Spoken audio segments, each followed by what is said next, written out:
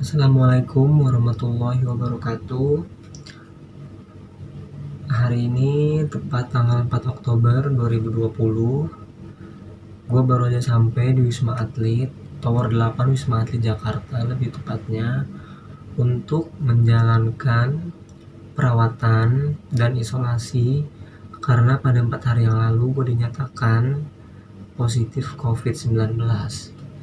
Setelah kemarin gue diisolasi mandiri di asrama per kamar 2 orang, terus dokter kemarin datang melakukan pengecekan dan pada akhirnya gue dirujuk untuk dibawa ke Wisma Atlet dengan berbagai alasan. Salah satunya agar gue tidak menularkan virusnya ke banyak orang.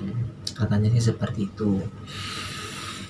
Di sini gue pengen berbagi pengalaman sedikit karena menurut gue pribadi ada sesuatu yang menarik dari pengalaman gue yang satu ini yang semoga bisa membawa positif lah, ataupun ada hal yang positif yang bisa diambil. Kenapa awalnya gue bisa sampai ke sini, bisa diisolasi di sini? Itu gue kan kuliah di salah satu universitas swasta yang ada di Jakarta. Di universitas gue itu seluruh mahasiswanya yang berada pada semester 1 dan semester 2 itu wajib mengikuti program asrama. Jadi singkat cerita, kami tinggal di asrama, kami kegiatan belajar mengajar seperti biasa, kami juga ospek kemarin. Terus sekitar pada akhir-akhir Agustus itu datang Satpol PP ke asrama kami. Oh iya, kami juga kegiatan belajar mengajarnya di asrama, pengajar-pengajarnya pun tinggal di asrama. Otomatis kalau kami tinggal di asrama itu udah jelas nggak boleh keluar asrama, peraturannya seperti itu, apalagi di masa pandemi seperti ini. Dan juga persyaratan untuk menempati asrama itu adalah salah satunya membawa rapid test, itu harus negatif, itu rapid masing-masing itu di rumah pada saat itu. Jadi sekitar akhir Agustus itu petugas Satpol PP datang dan petugas kesehatan datang ke asrama memberi peringatan bahwasannya untuk melakukan kegiatan berdasarkan protokol yang berlaku seperti memakai masker dan berjaga jarak gitu. Emang pada saat itu banyak yang tidak menggunakan masker di asrama, cuman yang menggunakan masker juga banyak gitu. Terus 2 hari setelah itu datang lagi petugas kesehatan dan Satpol PP ke asrama kami dengan alasan yang sama, memberi peringatan SP2, yaitu adalah untuk meningkatkan penggunaan masker dan juga social distancing gitu. Dan setelah kejadian itu seluruh mahasiswa yang ada di asrama itu mulai diberikan formulir-formulir lewat Google tuh, formulir-formulir kesehatan seperti itulah. Dan ternyata salah satu mahasiswa itu ada yang dia dibawa ke rumah sakit gitu untuk swab, ternyata positif. Nah setelah kejadian itu kami di swab massal lah. Satu asrama itu sekitar 400 orang lebih itu di swab massal pada tanggal 28 dan 29, sebanyak 400 orang lebih, dan hasilnya keluar pada tanggal 1, cuman 3 hari 400 orang lebih, tes swab 3 hari selesai.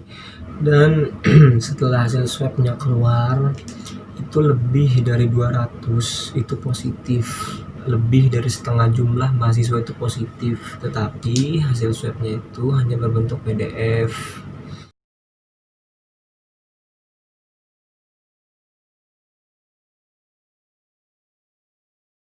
Ketika kami coba untuk meminta hasil swabnya secara real, secara langsung dibagikan ke satu-satu ke kami, itu malah terjadi sedikit kegaduhan. Kami mengeluarkan hasil bukti langsung. Ya, gimana dong dok? Tapi kan kalau kayak gitu dok, kagak bisa bawa langsung kayak gitu dok. Gimana? Sebenarnya itu sih yang kami sayangkan gitu. Kenapa kami di swab satu-satu, tetapi kok hasil swabnya tidak dibagikan pula satu-satu?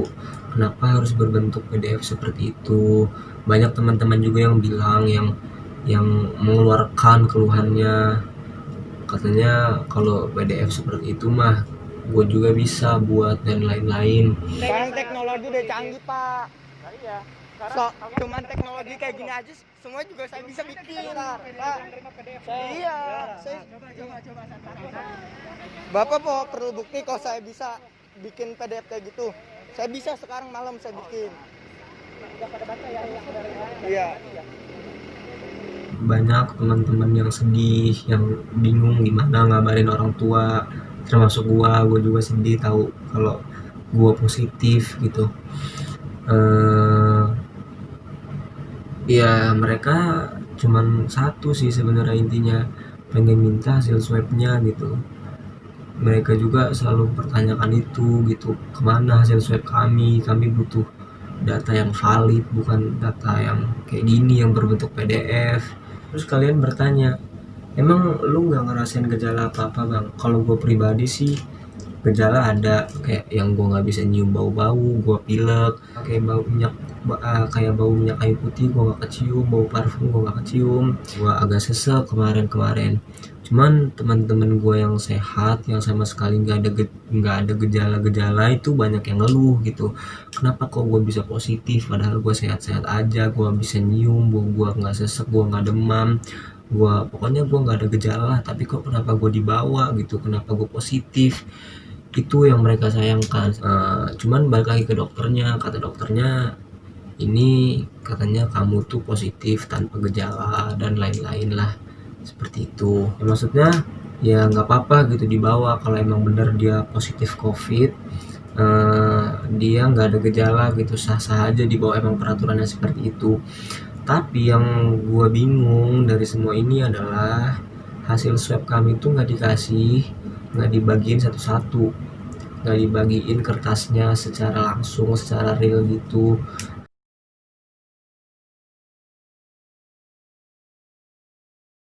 Pokoknya minggu-minggu ini tegang banget, tinggi terus, sedih. Tapi bukan berarti COVID itu ada, cuman kan kami itu mempertanyakan apakah emang benar jumlahnya segitu gitu. Dan semoga memang kenyataannya seperti itu. Dan setelah hasil swabnya keluar, mulai banyak lah yang dibawa ke Wisma Atlet. Pertama itu pakai mobil ambulans. Tahu gua nggak ngeliat mukanya, Cuk. Lagi rumah sakit. Terus datang besoknya pakai bus kemarin. Terus kemarinnya lagi pakai bus lagi malam 2. Kemarin 4 bus. Dan ini mungkin hari terakhir kayaknya pengangkutan dan gue dibawa. Terus bagaimana dengan yang negatif? Yang negatif itu dipindahkan, dan gue sekarang cuma mau bilang bahwa semoga pasien-pasien COVID yang positif COVID, gue, teman-teman gue, dan orang-orang di luar sana itu cepat segera disembuhkan.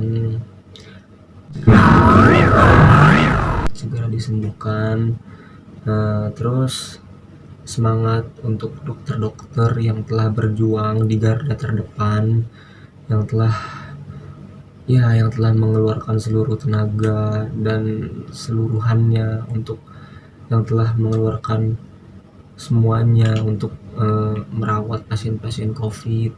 Semoga dokter-dokter, seluruh dokter yang ada dimanapun diberi kesehatan selalu, diberi kekuatan.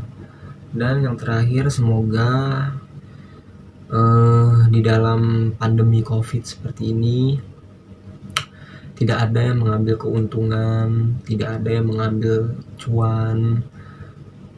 Itu aja sih sebenarnya yang ditakutkan di saat-saat seperti ini. Ada segelintir pihak yang mencoba meraup keuntungan gitu. Semoga tidak ada yang seperti itu, dan apabila ada, semoga mereka mendapat balasan yang setimpal. Kenapa gue bilang tidak ada yang mengambil keuntungannya seperti awal-awal covid aja, kayak masalah masker gitu, baru aja diberitahukan kalau wajib menggunakan masker, ada segelintir orang yang memanfaatkan momen tersebut gitu. Ya bukan hanya itulah, banyaklah di luar sana yang memanfaatkan momen pandemi seperti ini untuk memikirkan dirinya sendiri, untuk mengambil keuntungan dari itu. Semoga tidak ada orang yang seperti itu. Apabila ada, semoga mereka disadarkan lah gitu. Apabila nggak sadar, semoga mendapat balasan yang setimpal, itu aja. Dan terakhir satu lagi, semoga dokter-dokter yang telah mengeluarkan tenaganya untuk menyembuhkan pasien-pasien COVID, untuk seluruh dokter yang ada di dunia, yang ada di Indonesia, semoga selalu diberikan kesehatan dan kelancaran. Ya mungkin segitu aja video kali ini. Semoga ada hal yang bisa diambil, yang bisa menjadi pelajaran untuk gua khususnya dan untuk kita semua. Dadah.